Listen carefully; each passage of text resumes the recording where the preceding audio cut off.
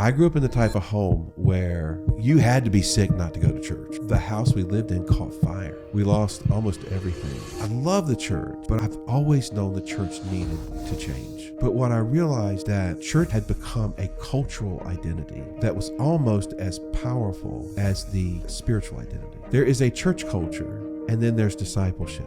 And sometimes they overlap wonderfully. Right. Sometimes church culture has nothing to do with following. And I think part of that is based on, you can't keep telling me to reach people for Jesus, but never let me spend time around people who are far from Jesus necessarily. But there's a passage in one of Paul's letters where Paul says, this is me, not the Lord. One of the great tensions in Scripture is that God... Welcome to the Patrick Ishimwe Show. Our guest today is the lead pastor / lead servant of Old Town Community Church in Alexandria, Virginia. Yep, that's my home church. Dr. Phil started his ministry at OTCC in August of 2015. He's a native of Greensboro, North Carolina, and he's married to his beautiful wife, Jody, and they have 2 young adult children, Alexander and Margot, and 1 canine kid, Gus. Dr. Phil is a graduate of James Madison University and the Baptist Theological Seminary at Richmond and Portland Seminary, where he earned a Doctor of Ministry degree. He is one of the biggest Washington National fans, a professional baseball team here in the Washington, D.C. area. He's an Army veteran and has been in ministry for over 30 years. Today we'll discuss his upbringing, why and how he became a pastor, and the amazing work that Old Town Community Church is doing in our community. Dr. Phil, welcome to the show.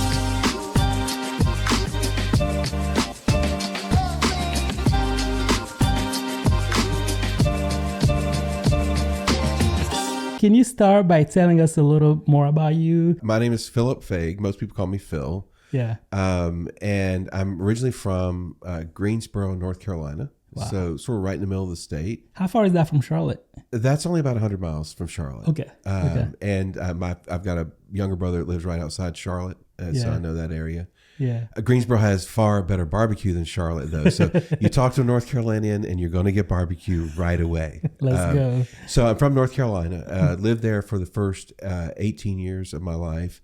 Then I went into the Army. I was a musician in the Army and did that for 6.5 years. Yeah. And that's when I came up to Virginia. So I was stationed at Fort Myer. Oh, okay. Here right outside Arlington in the D.C. area. Yeah. The whole time.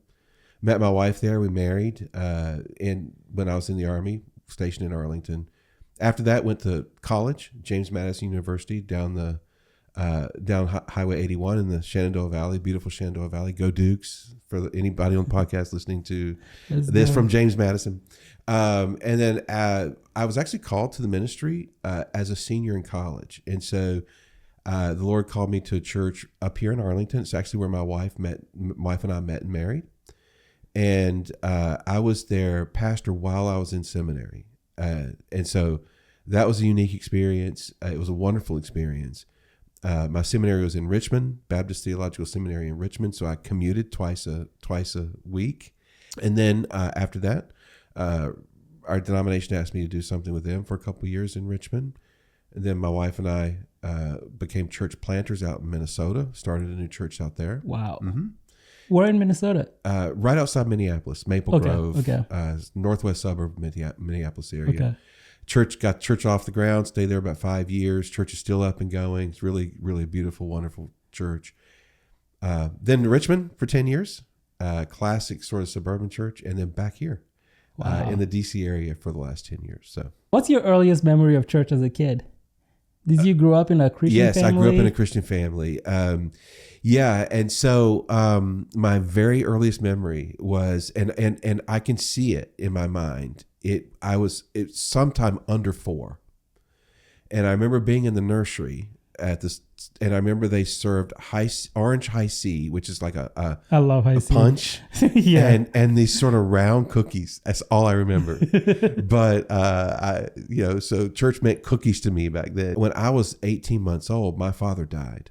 Whoa. And so my mom was only like 25. My dad was 27. He was born with a heart ailment, and he had done fine. Actually wasn't supposed to live past 7 or 8. But he did fine, was able to, become an adult, have children, marry and all that. And then he got sick, and his heart just wasn't strong enough to fight it off. And a beautiful, beautiful picture of community, though. My mother and my father went to a church, and this same church, that Cookies and Punch. And I don't have a doubt that I remember that, because a lot of those people took care of us. Mm. And so church was like another family and became family. Yeah. And I don't have any doubt. Can I remember specifically? No. But those people helped us out a lot. Yeah. And I think that was sealed in my memory. Growing up in West Africa, my dad was a pastor of a small church in Togo. It's a little country by Ghana and Nigeria. Yeah. And I remember like around the holidays every year, like whether it's Christmas, Easter, people who didn't really have much, they would like spend whatever money they had to like buy grocery for us. Sometimes they will even cook the meals and like deliver them to a house already pre-made. Yeah. And as a young kid, like you see all that happening and you don't understand how meaningful that is. Like, yes, you're excited to get some really good food and eat it. But now looking back and just thinking about the conditions that those people were living in, and yet they were still willing to like go out there and spend whatever money they had. And they were so generous and like did everything that they could to support the pastor's family. Yeah. It's so inspiring. And so I can somewhat relate to what you're talking about. I think my first memory of church was around 3 or 4.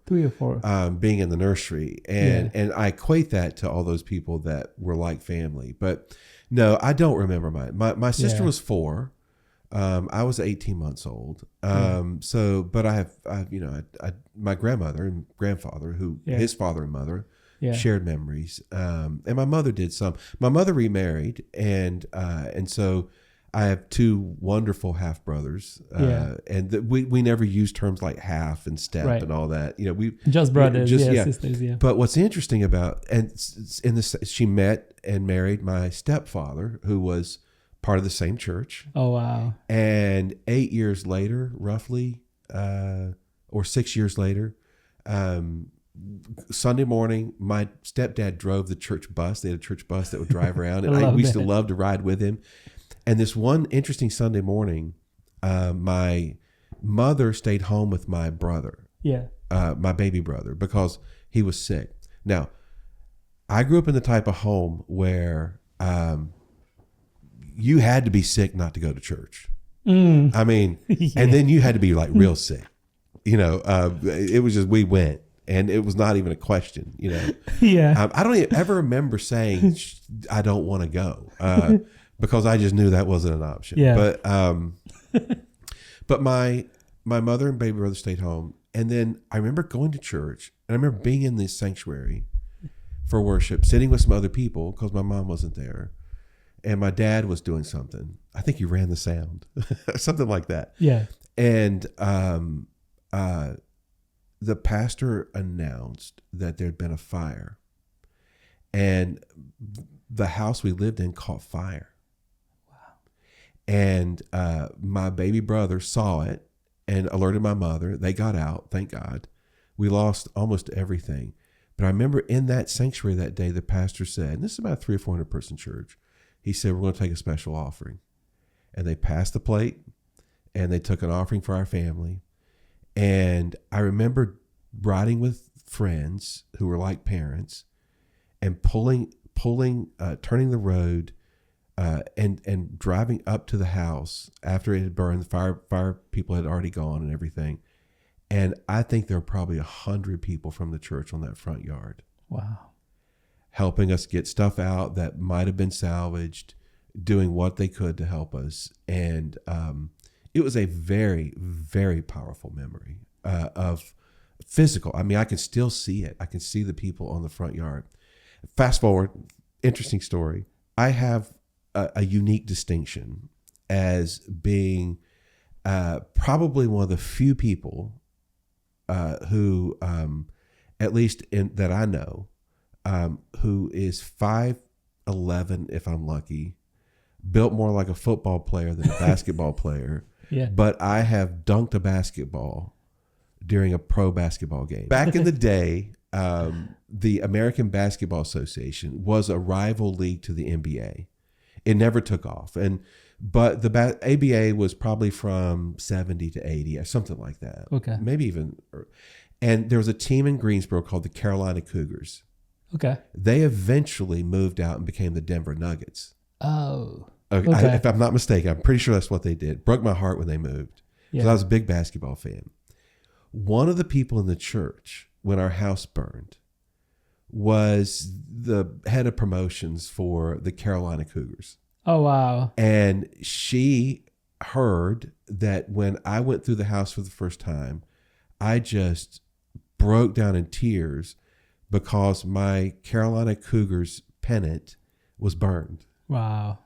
She arranged for my family to go to a game, and she arranged for me to go down to half court during the game to shoot a basket or something like that. I love that. Do you know what's funny? Yeah.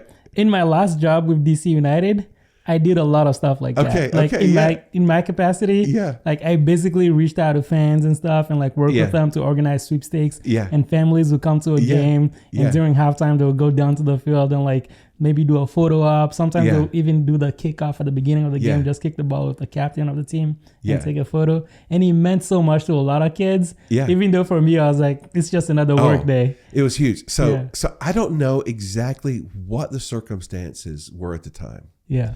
But the Carolina Cougars were playing the Golden State Warriors. Wow. And so they were an ABA team back then. And I'm pretty sure it was Golden State. And they had a Hall of Famer, basketball Hall of Famer, Rick Barry on the team. Okay. Rick Barry, they were either coming out of the dressing room or it was right before they went in at halftime. They told our story. He picked me up, put me on his shoulders, and let me dunk the basketball. Wow. Wasn't that cool? That is really awesome. So anyway, but it all started with the church being the church on the front yard of a house burned down, you know. And so those are pretty powerful memories. How did you and your wife, Jody, meet? We met at church. And really? Yeah. So that still works? It still works. So any single people out there go to church? It still works. It still works. And I knew, so Jody was up visiting. My wife's name's Jody. By the way, we have 2 kids, 2 adult kids. Alexandria and Margot. Yeah. And then a canine kid, Gus. Gus, the legend. He's a legend. He really is a legend. I knew her sister. She was up visiting from Florida. She's from Florida at the time. And her, push come to shove, her sister introduced us. Yeah. Jody was considering moving up to the DC area to take a job on Capitol Hill and live with her sister for a while. Okay. And so just, while she's on vacation, I volunteered to show her around the city and all those things. Volunteer. I love it. Yeah. And our first date was actually canoeing on the Potomac River. Oh, that's awesome. Yeah. And I thought about doing that with Nicole too, but then I was like, let's not. I can't swim. It's not a good idea. Yeah. That's not a bad way to think about that. And so that's how we met. We met at church. Wow. Yeah. How old were you both at the time? We met in 1986. No, 85. End of 85. So I was 23. She was 22. Yeah. And she was also a Christian when you guys met? She was a brand new Christian. Okay. Yeah. She came to faith. In college. Oh, okay. Her family was not like religious at all? No. Okay. Yeah. And so, which really gives her, we both have a unique perspective from each other, right? So I grew up in the faith and she came to faith as an adult, which is a very powerful experience. Yeah. So, The other thing I know you have in common with my wife is that you guys are both really, really huge Washington Nationals fans. Oh, yeah. Where does that come from? Like, did you grow up playing baseball at all in high school and college or no? No, I was never. Yeah, so I did play baseball until I was about 13. Okay. So Little League and all that. Yeah. But I could not hit a curveball. Oh. So when the pitcher started, when the pitchers got old enough to throw a ball that starts at your head, and ends up over the plate, I was done. I could hit a fastball all day, but I couldn't hit a curveball. Yeah. But I love the game. Absolutely love the game. My stepdad loved the game. My brothers. And when I grew up an Atlanta Braves fan. Oh, wow. And now they're my big rivalry. Like, I don't like them at all. It's funny how that happens. Yeah. Yeah, because my brothers, that's their team. And so brothers are competitive. The rivalry. Yeah. But I always said, so when I was stationed up here, and it's really our home. I mean, my kids are born in this area. Yeah. I always said that if DC ever got a team again, that would be my team. Because I would go to Baltimore to watch the Orioles play. This was before the Nats came to town, right? Yeah, yeah. And so we were out in Minnesota, right? And we moved back to the East Coast in 2005. Oh, wow. That's the same year that the Nationals moved here from Montreal. And I just consider that ordained by God. That God meant for all of us to come together on the East Coast. Everything culminated at the same time. Absolutely. I love baseball. Yeah. And so it's fun. Yeah. What sort of inspired or instilled that desire in you to be a pastor? I first felt an initial call to ministry when I was a lay person and I think it was a Easter week service, and we were taking communion. Okay. Nothing that I remember about anything said. I just remember it was the first time the idea came to my mind that Lord spoke and said, maybe this is something you should think about. And, filed that away. And that's what led me to be open to being a youth minister when I was in college. Yeah. And when I was in college, my pastor would when he would be on vacation, he'd say, "Why don't you preach?" I always said no. I always said no. Is it because you were nervous or you didn't feel like you were good enough to be? I just felt like I'm here to watch the kids. Oh, and I don't mean that. No disrespect to any youth ministry, anything. It's a big deal. Youth ministry is a really big deal. Yeah. But I was just like, I think they just want me to take them to activities and stuff and kind of teach a Bible study and things like that. Yeah. But then one time he asked me, and I said yes. Huh. And it was in that journey of preparing and preaching and doing that, I think the Lord really used that to kind of seal that call in me. Tell us a little more about that first time preaching, when they asked you to preach and you finally said yes. Were you nervous or no? I think so. Yeah. Do you remember what you preached on? Or I preached about Peter. Like stepping out of the boat? I think it was just a character sermon on Peter. Him denying Jesus, his faith, him confessing Jesus. I don't know if I used stepping on the boat. I wish I could find it. I don't even know if I have the sermon anymore. I wish that was recorded. But it was, I definitely covered the denial and the restoration. Yeah. Because that was a little bit of my story too. You mean when Jesus asked him, "Do you love me?" 3 times? Yeah. Okay. In other words, he denied him 3 times. Right. And then after the resurrection, they met on the beach and Jesus restored Peter. Yeah. And I had when I was in the Army, before I met my wife, I had a season in which I didn't want anything to do with the church. And I didn't, I was saved, but I wasn't practicing. Oh, I get that. And, back in the South, back then we called that backsliding. It's funny. And the Lord brought me back. And used a friend to witness to me, to bring me back. And so maybe that's why I preached that as the first sermon, is that story of that story. And I didn't deny Jesus, but that story of not living for Jesus, not standing up for Jesus, and then being restored. It's a powerful part of it's very relatable. Yeah. But I mentioned there's a tension a little bit in my call.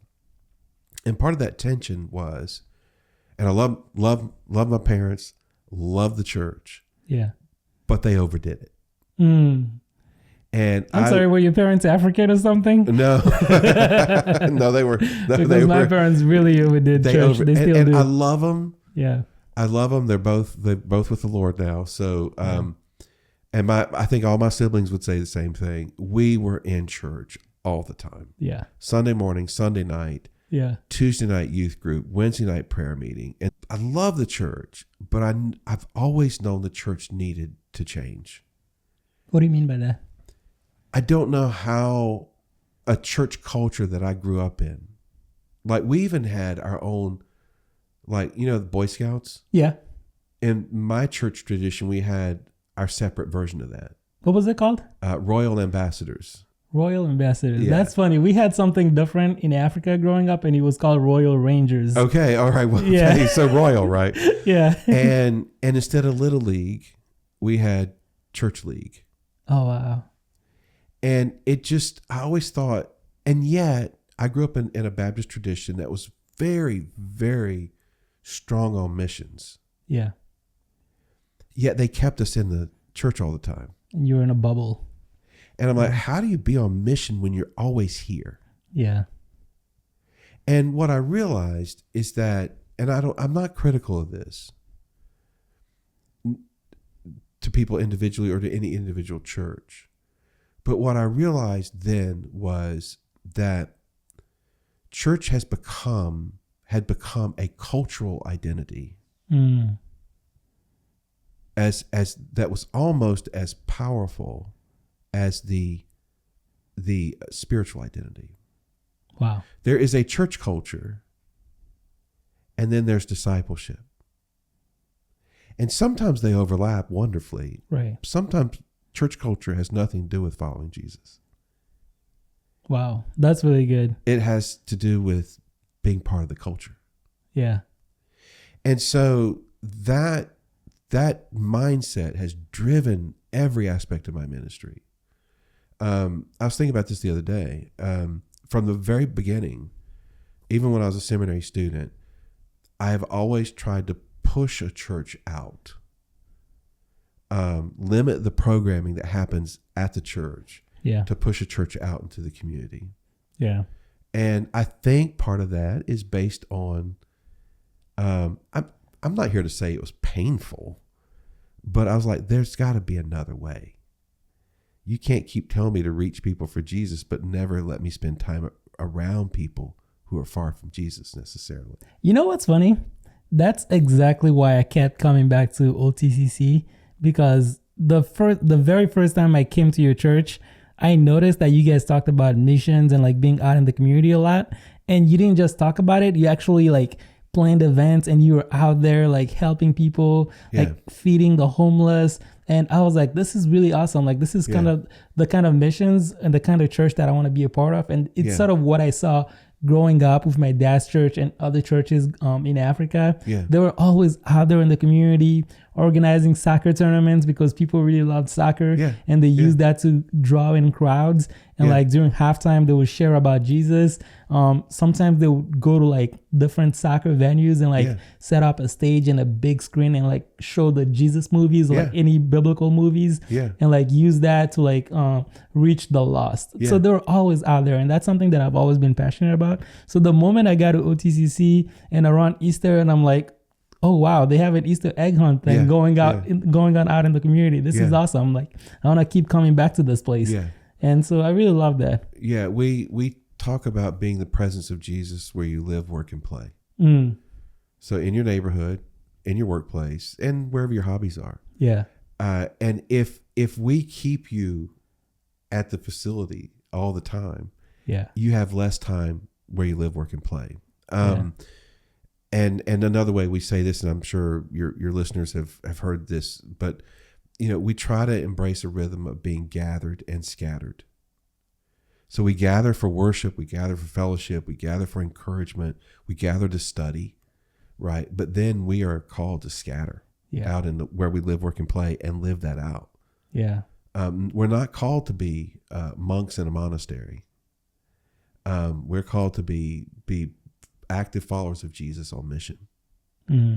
And if we segment ourselves away, then we're losing the opportunity for mission. Now, mission is it can be slow. Jody and I have built relationships in Old Town over the last 10 years. It's a marathon, not a sprint. It is a marathon and not a sprint. How did you decide which seminary to go to? Like, did you have any like pastors that you followed at the time, or any spiritual like leaders and counselors that were able to like tell you to go to seminary in Richmond? There are two things. One is I was called to a church in Arlington, and Richmond was close. Okay. Relatively, 100 miles. Back then in the Baptist tradition I grew up in, Yeah. the nearest seminary in that tradition was probably in Raleigh, North Carolina. Oh, wow. Yeah. Wake Forest, North Carolina. Yeah. And so that's one thing. It was just close. Yeah. But my faith tradition was the Southern Baptist. Yeah. And Southern Baptists fought a lot in the 70s and 80s. And I went to seminary in the 90s. 91 Wow. was my first year. And I had a choice to either go to one of those seminaries that was in the middle of a lot of turmoil, or go to, there was a new seminary in Richmond, Yeah. Baptist Theological Seminary at Richmond, that that was born out of a reaction to all that fighting. And I thought, you know what, I'd rather go to a new seminary that is past all that. Yeah. Plus, the new seminary I went to was open to, one of the things Southern Baptists fought about was the leadership of women Right. in the church. That's funny. Wasn't there a huge thing about this, like maybe last year or 2 years ago? It's been a huge thing for the last 20 or 30 years. That's crazy.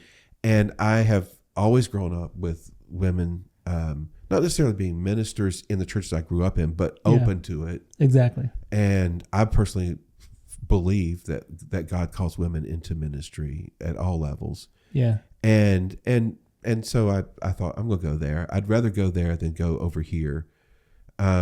Because I knew if I went to a Southern Baptist seminary that was battling all those issues, that I'd get sucked in and argue with them. Yeah. Do you remember what their main argument was as to why women cannot serve in like pastoral roles?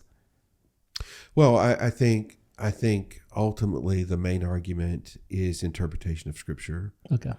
And how one views those passages. The issue of women in leadership in ministry, which I support, is not a right-left issue.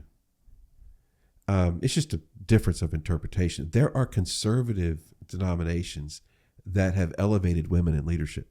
And so it's not, now it feels right-left in the culture of the U.S. Yeah. But it's historically, it's just a matter of how you interpret Scripture. This actually kind of made me think about something very off topic. Sure. But I fully believe that the Bible is like written and inspired by God, and like he used people to like put it like in writing and stuff, but he totally he inspired everything from the beginning to the end.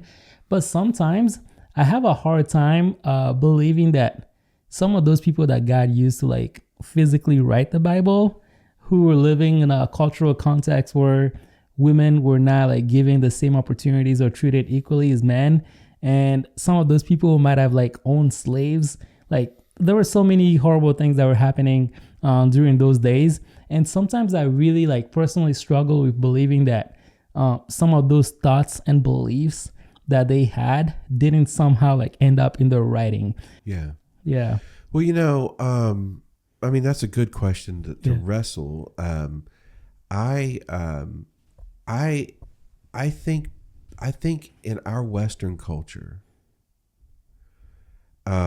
which is we're in a postmodern era now, post-scientific era now, but the way most of us grew up in the faith was very Western oriented. Yeah. And now maybe not all your listeners. Yeah. And we're a very empirical, scientific, prove it culture. Whereas the Bible was written to a culture that really heard this by telling stories and oral tradition. Yeah. And then God inspired them to write that down. But so I think you can see in Scripture there's context at times that needs to be updated. 100%. But maybe another way to see it is, there are principles of the Bible that don't move, but then there is context that shifts from culture to culture. Yeah. And a great point of that is Matthew, Mark, Luke, and John, written in very different communities. Yeah. And that's why they feel different. And so their context was different. I can't remember exactly chapter and verse, but there's a passage in one of Paul's letters where Paul says, "This is me, not the Lord." Oh, really? Yeah. I can't remember I'll look, but he says, "This is Paul, not the Lord." Wow. And so I wonder. I've wondered. Yeah. Are there a few sections like that where the writer just didn't write that part? I've always thought the bottom line of the Bible is to teach us about God and teach us about ourselves and to teach us about Jesus. And that God is going to be faithful to his word. God is not going to lead us astray in matters of faith and practice and salvation. What were some of the tips and strategies that you used as a seminary student to be able to like stay on top of your assignments and like get your work done on time? Yeah, it's really hard. Seminary was hard academically for me. Yeah.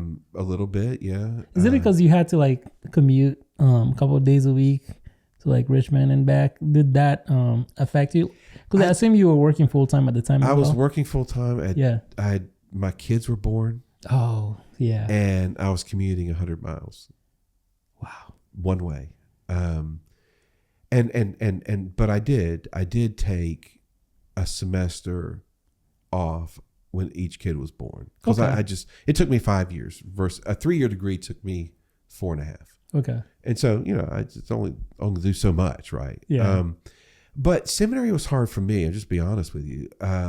I think my strengths in ministry are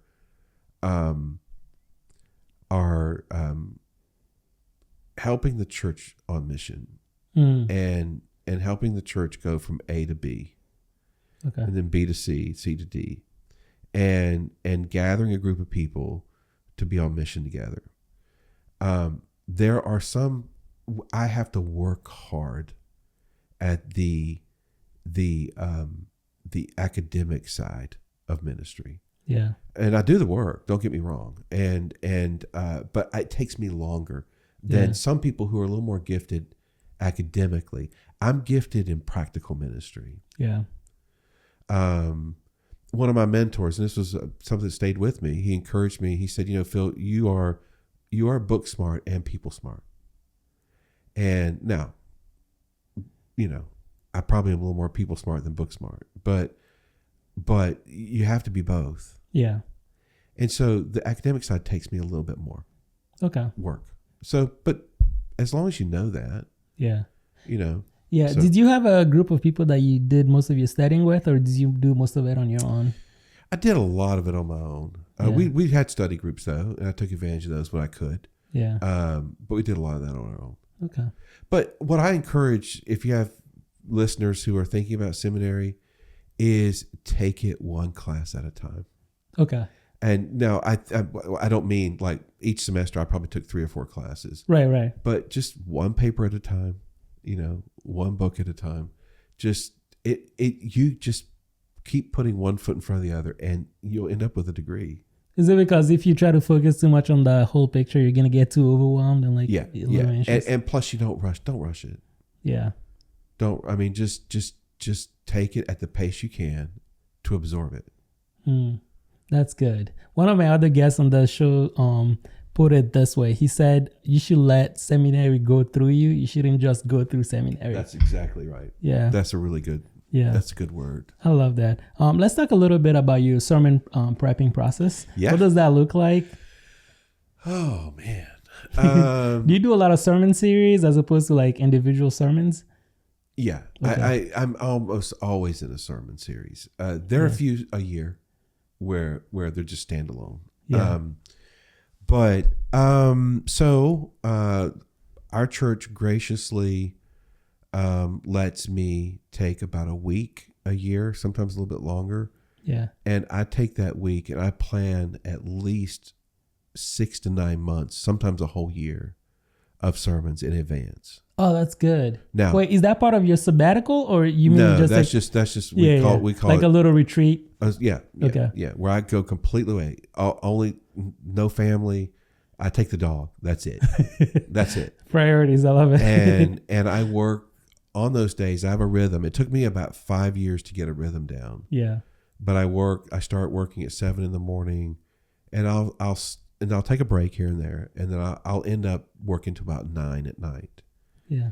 And I use ideas that I find from other churches, other series, all that. I'm not. Rick Warren said, don't fall victim to the sin of originality. I love Rick Warren. That's awesome. So I and then I pray a lot about what God would have us do, what God would have us hear. I balance it. Okay, last year we were here. This year we need to be here. Yeah. And so it starts with series planning. Now I don't even plan each message, but it's just a high level of this is the direction. Yeah. Each week, I usually start on Monday, at least reading the passage. And I read the passage, and then I hope this is not too much detail. Please, I love this. Then I write it out by hand. Okay. Because there's something that happens in me when I write it out. Yeah. The text. And then I usually have in my notes, I'll put initial thoughts. And then I'll just okay, what is this saying? What do I think it's saying? Yeah. Because remember, I'm not overwhelmingly academic. Right. I did well in school, by the way, but it's not, I don't always just lean there. You're just very self-aware, your strengths. Yeah. And then I read commentaries. Okay. But I want to interact with the text before I read what scholars have done. Okay. And then honestly, I have 3 or 4 trusted scholars or commentary series that are kind of my go-tos. Yeah. Have you ever had to scrap a sermon after writing it and like maybe a day before you deliver, you're like, I feel like God is telling me to say something else?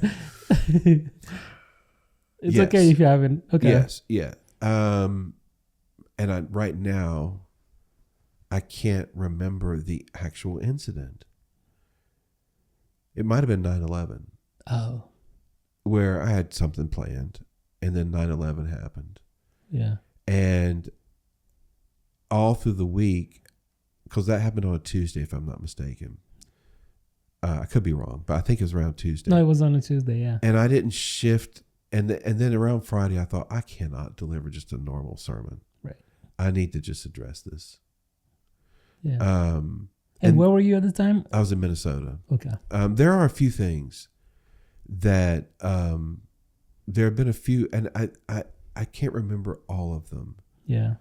But there have been, I usually handle current events if they need to be addressed in the church around the time of prayer. Hey, we need to be praying about this, whether it's a natural disaster or something that's really like the murder of George Floyd. Yeah. Hey, we need to stop here and we need to think about this and talk about this. So there have been times, and there have been times where I have almost had to rewrite the whole sermon on Sunday morning. Oh, really? Yeah. I write the sermon. I'm usually finished by Thursday, Friday at the latest. And I put it away. And then I go back into it Sunday morning very early. There have been times I've edited a lot. Yeah. Has there been instances where you have to preach on a Sunday morning, but maybe emotionally or spiritually you don't feel like you're ready or prepared enough? I'm sure there have been times. Yeah. But something happened. I would say there are times when I don't feel settled. Whether it's something going on or whatever, until I get into worship. Okay. And something happens then. I do have to protect myself on Sunday morning. You'll notice since you go to our church, I'm not hard to find Sunday mornings, but I'm not easy to find. Right. Because I've learned that, and it's okay. Like if I'm there in the hallway or something, somebody can say, "Hey, the toilet stopped up," and I'm like, it just doesn't work. It just doesn't work for me. Some people do that really well. It doesn't work for me. I'm kind of single focused. But when we begin worship at 11, or whenever, when we start, I just lock in to the worship of God. Yeah. and that God uses Eric and our team, our current worship leader. God uses him and our team to get my heart ready. Yeah.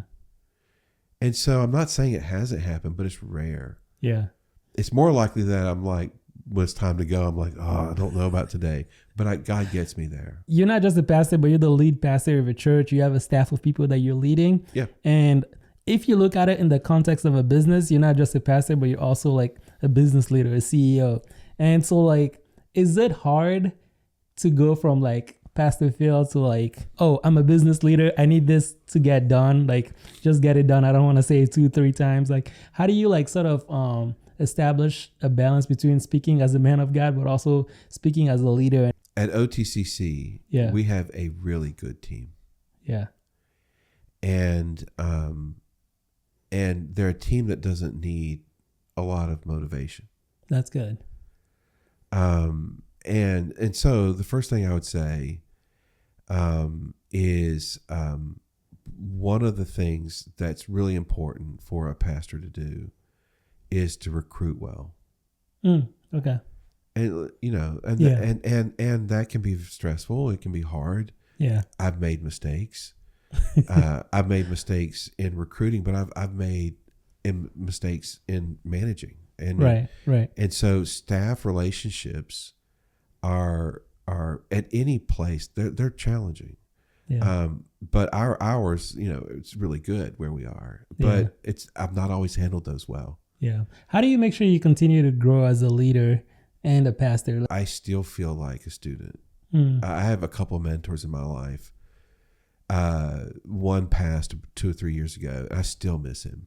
Yeah. And he was a guy I could call. He was not only a guy I could call when I had a challenge, but when something really cool happened, I would call him. And so we received this grant from Lilly to do some work with other churches. And it really hit me because he would have loved that, but he passed before that happened. Yeah. And so I have mentors like that. I have another one, and their voice, they shape me incredibly, and their voice speaks to me through. Both of them were prolific authors. I just happen to be friends with them. Okay. And so much so that one of my one of the pastors at the last church I was in, he was the worship pastor, and when he was talking one day, and he said, I feel like a grandson of that guy, of one of my mentors, because I quoted him so much, that he thought, I feel like his grandson, which is cool. It was really awesome. Passing it down. I try not to let the administrative or business side of the church stress me out. I also try to delegate that in where it should go with people who do that better than me. But my job on the business side, if you will, is really setting direction. And I think in the business world, most CEOs set the direction. Yeah. And the culture. Yeah. And then they have COOs and they have other people that manage things. And so in the church, my job is to set direction and vision and guard the culture, and then empower both staff and lay leaders to manage things. Some of the people that I'm listening to in this stage of my life are like Craig Groeschel. He has a leadership podcast. Yep. There was this other pastor called Carey Nieuwhof. Oh yeah, I know. He also in Canada. Yeah. So he also has a really good podcast. Yeah, he does. And so like I try to listen to those two at least every now and then. And they've been like super, super helpful. Yeah. In terms of like learning things about, how the ministry word sort of operates. What's been the best part of pastoring OTCC so far? People coming to faith. Okay. Always. Seeing people get involved in the church. Yeah. And the ministry of the church that maybe they have never been involved. And definitely seeing the church on mission in the community. Yeah. OTCC has always been very invested in this community. And we've taken that to another level, and that's beautiful to see. Yeah. Because we live in a fairly unchurched culture up here. And I think that even if you're not a churchgoer, I think OTCC has a great reputation. And, one of the things Jesus said was, do your good deeds before men so that they will praise your Heavenly Father. And so in time, it's our job to reflect that praise to God, not to take it for ourselves, but to reflect it onto God. And so I think we're doing that some. Yeah. And that's cool. I imagine in your more than 30 years of ministry, you've had a lot of opportunities to help people, minister to people who are grieving the loss of a friend or a family member. What do you say in those instances? What do you recommend aspiring pastors or future pastors to say or do in those moments? In seminary, if somebody's aspiring to be a pastor, pay attention in the classes of pastoral care. So seminaries do not typically train pastors to be a counselor, but they do. We should have enough knowledge, and I mean a therapist type counselor, right? But we do have enough knowledge to know when we probably should refer somebody to a counselor. Yeah. Somebody, whether it's Christian counselor or counselor in the community. But so that's the key is, and sometimes ministers are like emergency room, like we're intake.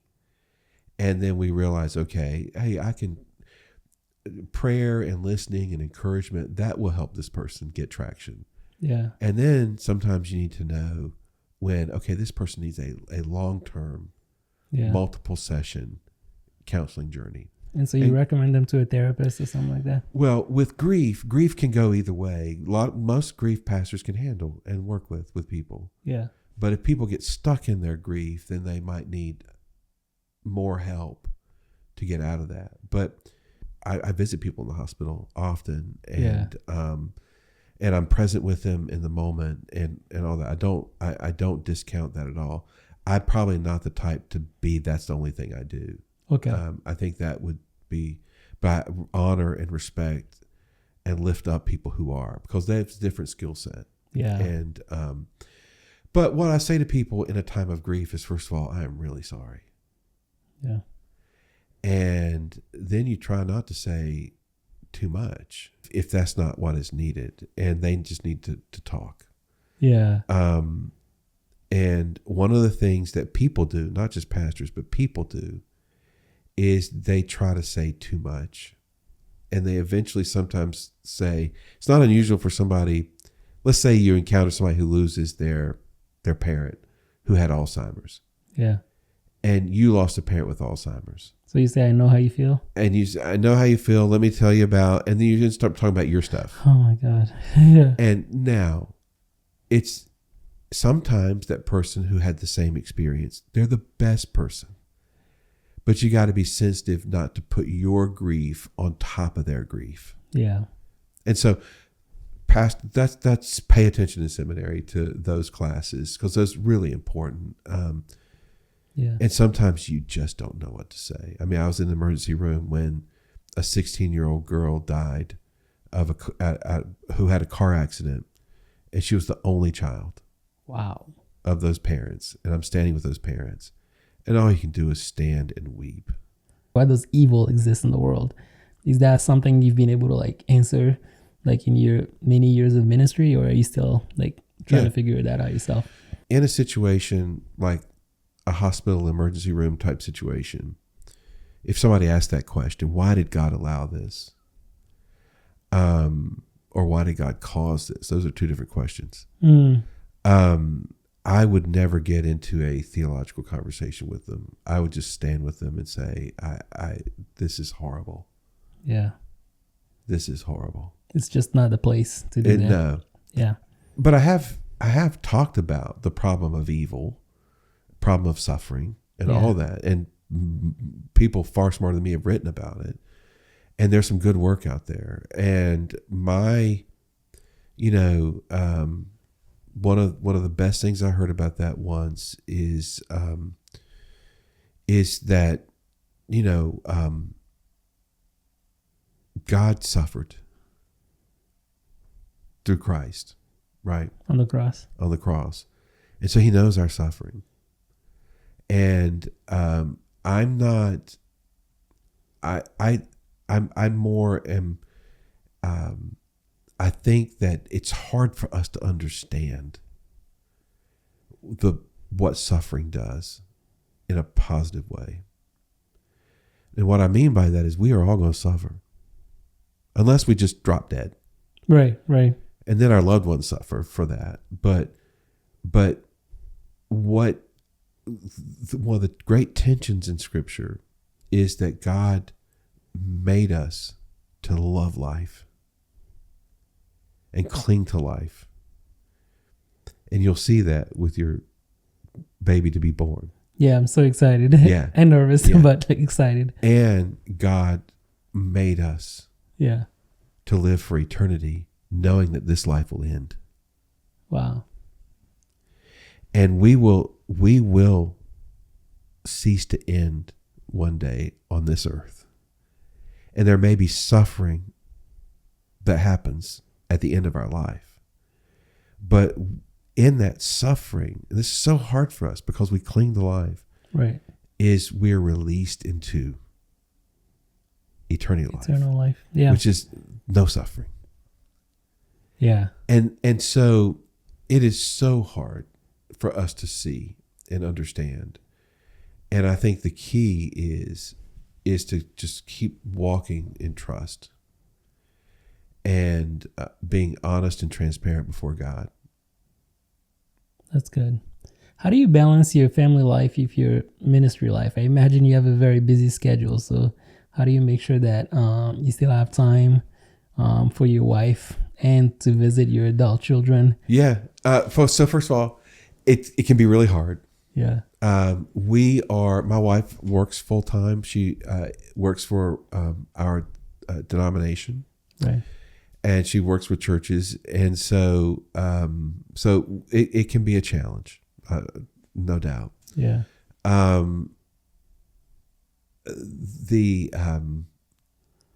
Yet, like I told you earlier about sermon stuff, I can just turn it off. Mm. And I live right by the church, but I can just turn it off and just create space. Yeah. I think that's really helpful. I'm not the best at guarding my calendar. I'll be honest with you. I try. Yeah. I'm not the best at it. And as far as the children go,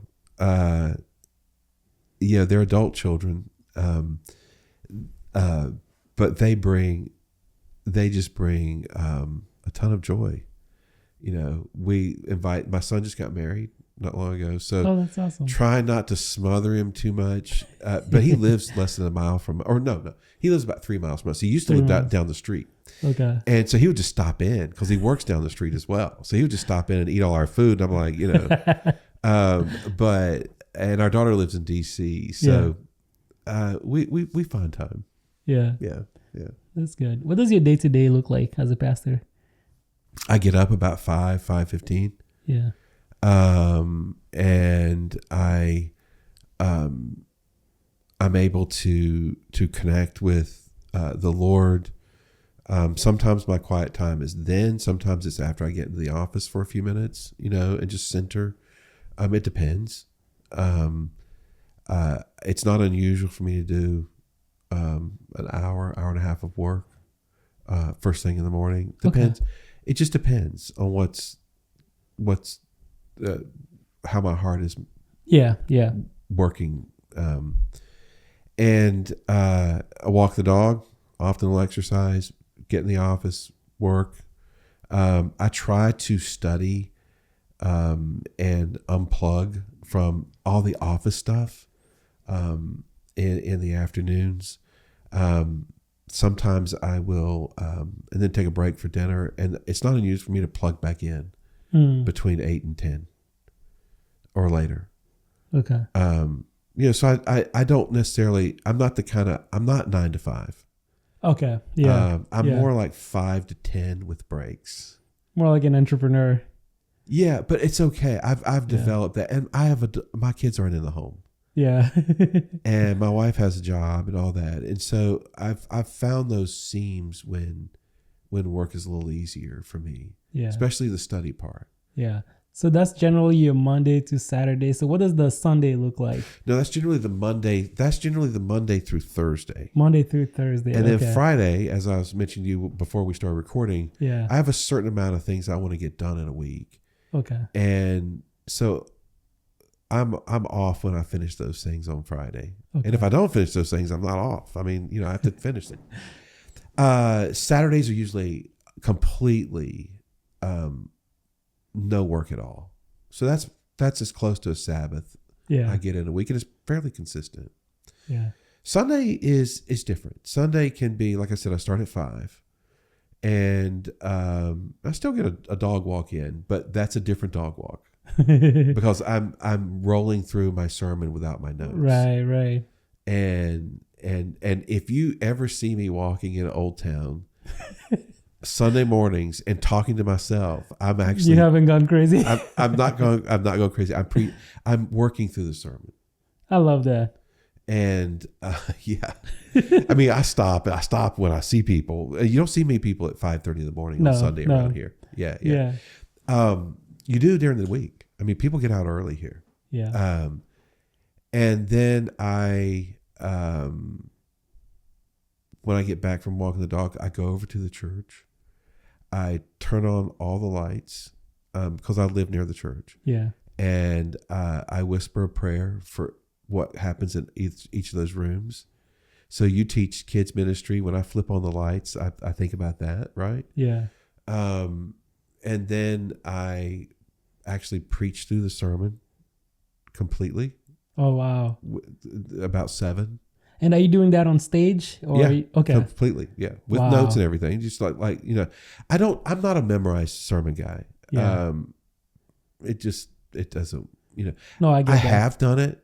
I go too long because I repeat myself a lot. Yeah. And, you know what I mean?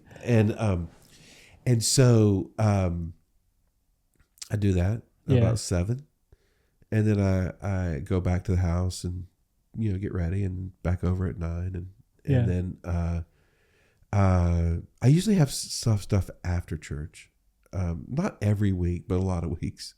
And if I don't have anything after church, then I'm kind of off the rest of the day. Yeah. Until about 8 o'clock at night, and that's when I look at the next week.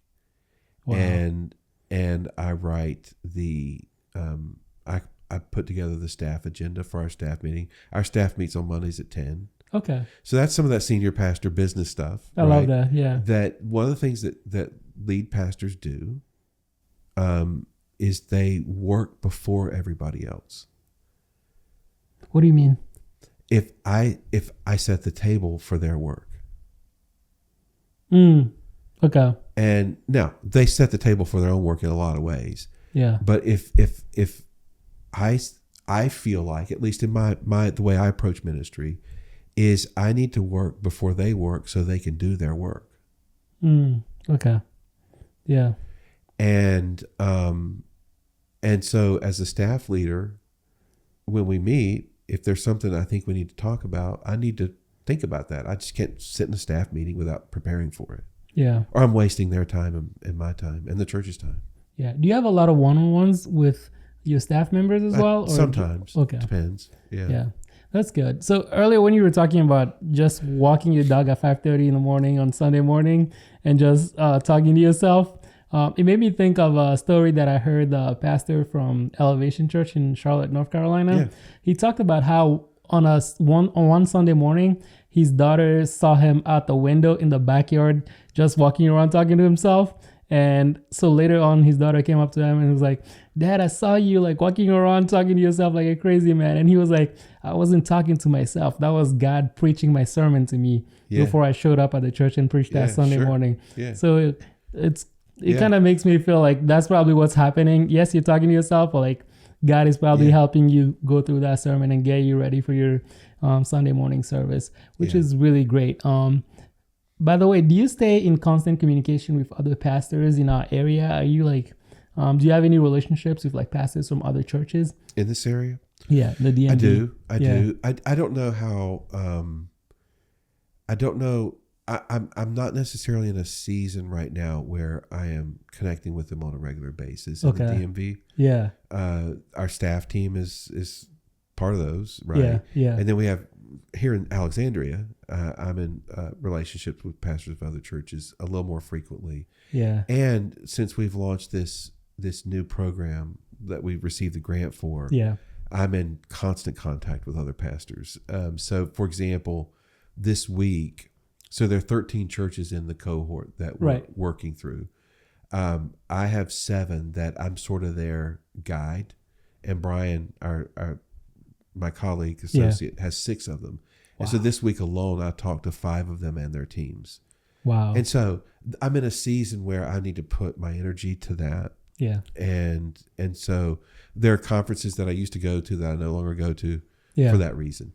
Yeah. You know, the Lord's called me to focus there right now. Yeah.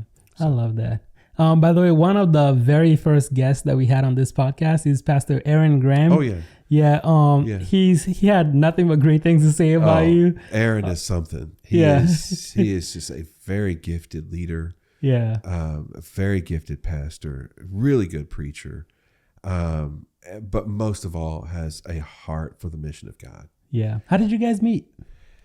Probably through a friend. He and I know a few people that mutual acquaintances.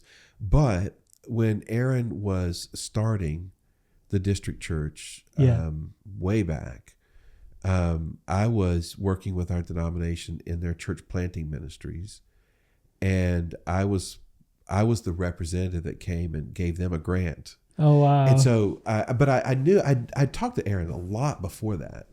But that's. He's one of my favorite pastors out there.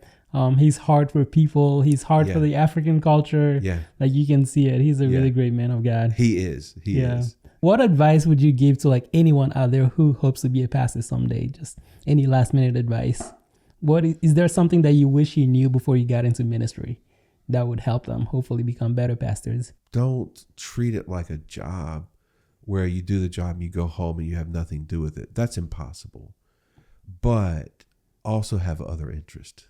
Hobbies?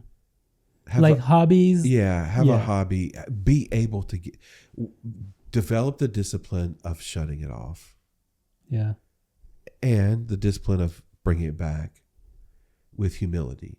Like I've been on vacations when I've gotten calls because people have died. And you can fight that, or you can just lean into it and do what you need to do in the moment, and trust the community to give that time back. Right. I know some ministers, don't take that call while you're on vacation. Right. But that's never been me. But the church is taking care of me too. Right. Yeah. If I've had to step away, if I've got interrupted, I've never had a church not allow me to recover that somewhere else. But I would say make sure you have other interest for a couple of reasons. One, you need to get away. Right. So there's a few places I actually rarely think about work. And Nats Park is one of them. Oh, yeah? Yeah. When I go to Nats Park, it's not unusual for me to take people and have conversations about the Lord, have a conversation about the church. I'm not opposed to that. Right. But there are also things that, God is at work in culture. And sometimes there are things that can teach us that are completely outside the life of the church. Yeah. And so by being somebody who's diverse in that way, I think you're allowing the Lord to use a lot to teach you. Yeah. Pastor Phil, thank you so much for being on the show. Oh, man. Thank you. Appreciate it. Thank you. Thanks for having me. Appreciate it so much. God bless you.